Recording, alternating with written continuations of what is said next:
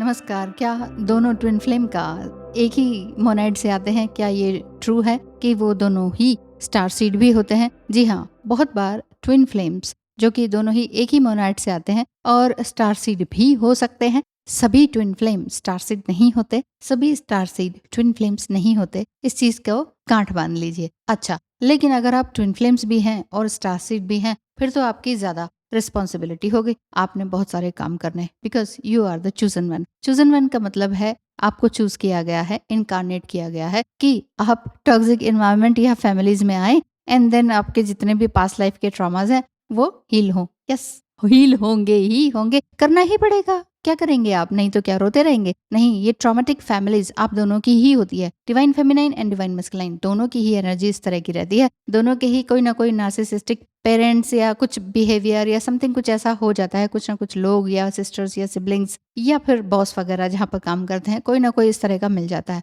लेकिन फिर भी डिवाइन फेमिनाइंस जो है एक गो विद द फ्लो वाली एनर्जी में होती है और उनको ये होता है कि कुछ भी हो, काम तो करना ही है और आगे तो बढ़ना ही है। तो उनका इसी तरह का मोटिव रहता है कि मुझे जीवन में कुछ भी हो जाए, अब तो बस बहुत हो गया। तो एक बार दो बार तो खूब रोते हैं, खूब रोते हैं, खूब रोते हैं, लेकिन उसके बाद फिर आगे बढ़ते चले जाते हैं। तो यही बात है कि उनका जो कन्वर्सेशन होता है डिवाइन फेमिनाइन एंड मस्कुलाइन का, वो एक सम टाइम डिसरेस्पेक्टिंग भी हो जाता है। ऐसा नहीं है कि डिवाइन मस्कुलाइन ही डिसरेस्पेक्ट करते हैं, आप भी तो करते हैं कि नहीं? हाँ, होता है। क्यों? क्योंकि डिवाइन मस्कुलाइन जो है को डिपेंडेंसी में रहते हैं। को डिपेंडेंसी उनके अंदर किसी न किसी प्रकार का फियर लेकर आ जाता है, इनसिक्योरिटी लेकर आ जाता है। फिर आप कहते हैं हम तो सारे एक्शन लेने के लिए तैयार है, डिवाइन मस्कुलाइन क्यों नहीं एक्शन लेता? एक्शन कैसे लेंगे? एक्शन के लिए तो उनके पैरों को बांध रखा है जंजीरों से। किसने? कार्मिक्स ने। किसने? कौन है कार्मिक? वो उनके पेरेंट्स हो सकते हैं, उनके सिबलिंग्स हो सकते हैं, बड़े भाई बहन हो सकते हैं जिनकी बहुत ज्यादा मानते हो, क्योंकि उनका एज गैप बहुत ज्यादा होता है। जैसे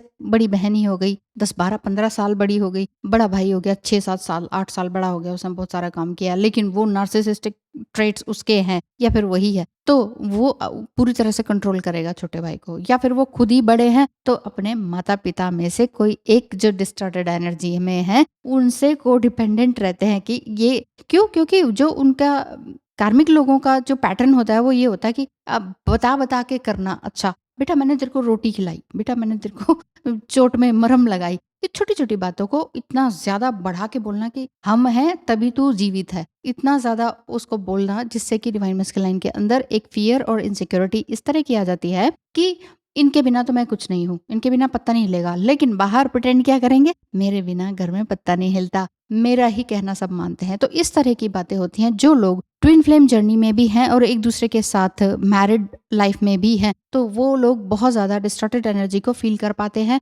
और झेलते हैं। जी हाँ, आपको भी कंफ्यूजन है कि ये स्टार सीड है कि ट्विन फ्लेम है, हम किस तरह से आगे बात कर सकते हैं? स्टार सीड के लिए एस्ट्रोलॉजिकल कंफर्मेशन करवाइए जिसमें आपका name, date and date of birth, place of birth and time of birth की जरूरत पड़ती है। तो स्क्रीन पे दिखाए नंबर पर मैसेज करें और जानें कि क्या आप ट्विन फ्लेम जर्नी में हैं या फिर स्टार सीड है कि नहीं, आगे आपका कैसा रहेगा। कई तरह के पैकेजेस हैं तो पता कीजिए। और इस तरह की एनर्जी रहती है जिसमें कि इन्हें समझ नहीं आता कि इतनी इम्बैलेंस एनर्जी क्यों है और क्यों नहीं इन्हें समझ में आ रहा। जब सब कुछ साफ साफ मुझे दिख रहा है तो साफ साफ इनको क्यों नहीं दिख रहा? वो वाली सारी चीजें आती हैं। लेकिन डिवाइन मस्कुलाइन का इसी तरह का बिलीफ सिस्टम हो जाता है, बिलीफ सिस्टम जिसे BS भी कहते हैं। तो ये जो बिलीफ सिस्टम होता है वो उनको अपने बिलीफ सिस्टम को तोड़ने नहीं देता है। उनको एक तरह से गोल्डन चाइल्ड के रूप में बनाया जाता है। जो नार्सिसिस्टिक फैमिली होती है या उस तरह के अप्रोच होता है उनका, तो वो उनको एक तरह से सबोटाइज कर देते हैं, उनको उनका माइंड को ही कंट्रोल कर लेते हैं। माइंड वॉश जिसे कहते हैं, ब्रेन वॉश जिसे कहते हैं, बस वही चीज डिवाइन मस्कुलाइन के साथ रहता है। इसी वजह से वो बहुत प्रेशर में रहते हैं, इसी वजह से वो कभी भी डिसीजन प्रॉपर तरीके से प्रॉपर टाइम पर नहीं ले पाते हैं। और यही एंग्शियसनेस, यही एनर्जी, जो नेगेटिव एनर्जीज हैं जितनी भी प्रकार की, वो सभी डिवाइन मस्कुलाइन यानी कि जो कि अभी डिविनिटी में नहीं आए हैं, उनको लॉट्स ऑफ प्रेशर उस समय में झेलने को मिलता है जब आप उनको ट्रिगर करते हैं कि नहीं? हाँ, जब आप भी उनको डिसरिस्पेक्ट करते हैं या टिट फॉर टैट करते हैं या क्वेश्चंस करते हैं। अगर ऐसा भी नहीं करते हैं, आप शांत हैं बिल्कुल, है ना, तो ऐसा भी नहीं करते हैं, लेकिन आप क्वेश्चन सपोर्ट करते हैं कि भाई तुम्हें दिखता नहीं क्या? आप करते क्यों नहीं? आप ये एक्शन क्यों नहीं लेते हो? आप कुछ बोलते क्यों नहीं हो? तो इसी वजह से ये जो एंग्शियसनेस होती है, इसी बिहेवियर के कारण डिवाइन मैस्कुलाइन जो है आपके साथ प्रॉपर तरीके से बात नहीं करते। कहीं न कहीं जो है आपको अब्यूज़ करते हैं किसी भी तरीके से और एक डिसरिस्पेक्टिव मैनर में आपके साथ बात करते हैं और इस अनहेल्दी रिलेशनशिप में ही रहना चाहते हैं और कोडिपेंडेंसी को छोड़ना नहीं चाहते हैं। आप कहोगे छोड़ो इनको, ये ठीक नहीं है। वो कहेंगे ऐसे कैसे? तुम ही ठीक नहीं हो। तो यहाँ पर ब्लेमिंग आ जाती है। जो भी कमज़ोर आत्मा होती है, वो हमेशा अपने आप को प्रोटेक्ट करती है और अपनी एनर्जी को ही सही समझती है। अपने कार्मिक लोगों, 3D पार्टी, थर्ड पार्टी जो होती है, उसको ही सही समझती है। अपने यार दोस्त जिनके साथ बड़े हुए हैं, उनको ही हमेशा हमेशा सही समझेंगे और गलत अगर आप बताओगे, आप उँगली उठाओगे कि वो ठीक नहीं है, वो ठीक नहीं है, वो ठीक नहीं है, प्लीज़ समझो, अपना घर परिवार, अपना रिलेशनशिप खराब हो रहा है, प्लीज़ समझो, तो वो नहीं समझेंगे।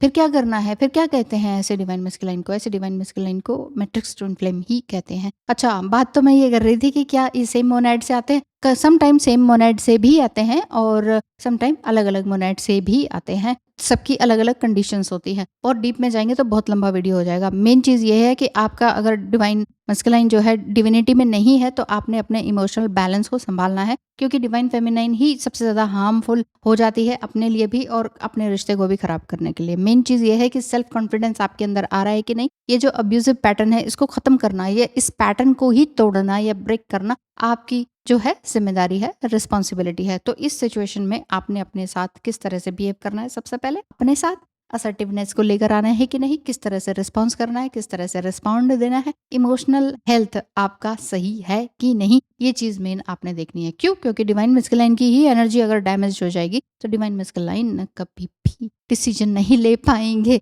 तो ये चीज़ है। तो divine masculine and divine feminine दोनों ही एनर्जी को एक बहुत ही खूबसूरत वे में आगे बढ़ाना होता है, ताकि जो है मल्टीपल मेंटल इलनेस से बच सके। समझ रहे हैं ना? मेंटल इलनेस इस तरह की इतनी आ जाती हैं, आपको लगता है कि बस सब कुछ खराब हो रहा है, तो वो किसी और से कोडिपेंडेंसी में है तो आप उनके साथ कोडिपेंडेंसी में हैं। यही चीज़ हमें या तो अटैचमेंट की तरफ ले जाती है, या बिट्रायल फील कराती है, या विक्टिमाइज करवा देती है, या फिर ओवर नार्सिसिस्टिक टाइप के ट्रेट्स वगैरह लेकर आ जाती है। तो डिवाइन फेमिनाइन को समझना है कि आपके अंदर जो डिस्टॉर्टेड मस्कुलाइन एनर्जी आपके अंदर है, उसे आपने कैसे बैलेंस करना है। अदरवाइज और कोई तरीका है ही नहीं। अगर आप कहें इससे हीलिंग कराओ, उससे हीलिंग कराओ, उससे क्या होगा? इस तरह की उन चीज़ों में मत फंसिए। जो करना है आपने खुद करना है। आपकी इंट्यूशन पावर जो कहती है आपने बस वही करना है, और कुछ भी नहीं है इस जर्नी में। तो सेम मोनैड से आते हैं या किसी और मोनैड से आते हैं, आप ट्विन फ्लेम भी हैं, स्टार सीड भी हैं, या ओनली स्टार सीड हैं, या ओनली ट्विन फ्लेम है और स्टार सीड नहीं है, इट्स ओके। इसमें लेबल लगा के ज़िंदगी को नहीं चला जाएगा। तो सिर्फ अपने काम पर ध्यान दीजिए, अपने एनर्जी पर ध्यान दीजिए, अपने तन और मन और धन इन पर ध्यान दीजिए, और आपने कुछ नहीं देना और किसी और को फालतू की एनर्जी देनी ही नहीं है, फ्री में, फ्री फंड में। ठीक है ना? और बहुत ज़्यादा डीपी वगैरह नहीं चेक करना है। बार-बार डीपी भी चेंज करने की ज़रूरत नहीं है। क्या ज़रूरत है चेंज करने की? किसको दिखाना है? आप जानते हो आप कैसे हो, बस दैट्स इट। बस अपना काम कीजिए और मज़े में रहिए। अपनी फैमिली को ठीक बनाइए, अपने आप को ठीक बनाइए, अपनी वाइब्रेशन हाई कीजिए, और कुछ भी नहीं है इस जर्नी का मेन मोटिव। तो थैंक यू सो मच आज के लिए, वीडियो देखने के लिए धन्यवाद। थैंक यू सो मच, और बैकग्राउंड को लाइक करने के लिए, पर्सनली इस तरह से प्रेज़ करने के लिए बहुत-बहुत धन्यवाद है। आप ही की बदौलत ये सब कुछ हो रहा है, और आप लोग लाइक करते हैं, प्रेज़ करते हैं, एप्रिशिएट करते हैं मेरे काम को भी। तो थैंक यू सो मच। दिल से बहुत-बहुत धन्यवाद है आपको, सच में। Thank you so much. Bye-bye.